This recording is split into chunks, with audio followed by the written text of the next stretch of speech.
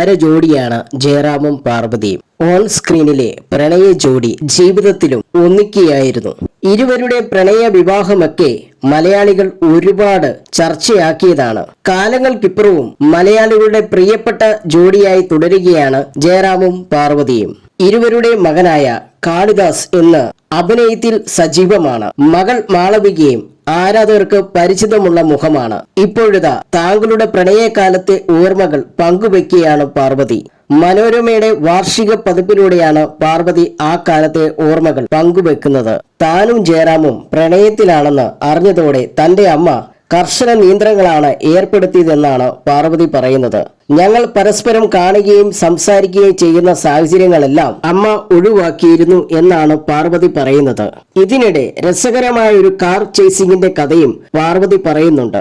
സത്യൻ അന്തിക്കാടിന്റെ ഷൂട്ടിങ്ങിനിടയിലായിരുന്നു ആ സംഭവം. തിരുവനന്തപുരത്താണ് ഷൂട്ട് നടക്കുന്നത്. അന്ന് ജയറാമിന്റെ ഭാഗം ചിത്രീകരിക്കാനൊന്നും ഉണ്ടായിരുന്നില്ല എന്ന ധാരണയിൽ അമ്മ അന്ന് വന്നില്ല. എന്നാൽ അവസരം തിരിച്ചറിഞ്ഞ് ജയറാം സെറ്റിലെത്തി. വൈകിട്ട് ഷൂട്ട് കഴിഞ്ഞ് തിരിച്ചു പോകാൻ ഞാൻ കാറിൽ കയറിയപ്പോൾ ജയറാമും ഒപ്പം കൂടി. സത്യേട്ടനും സംഘവും അനുഗ്രഹിച്ചു വിട്ടു.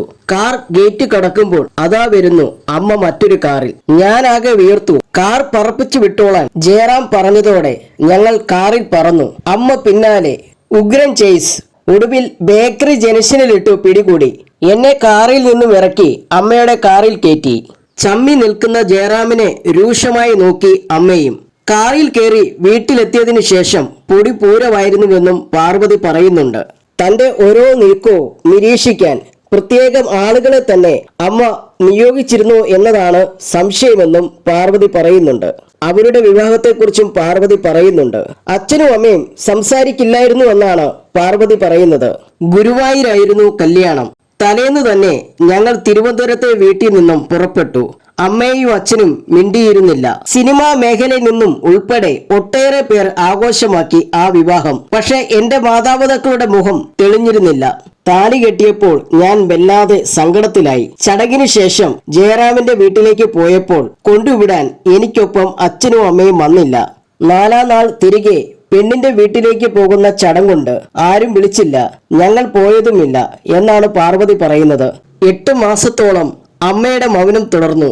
ഞാൻ ഗർഭിണിയായതിനു ശേഷമാണ് അമ്മ എന്നോട് സംസാരിച്ചത് എന്നും പാർവതി പറയുന്നുണ്ട്.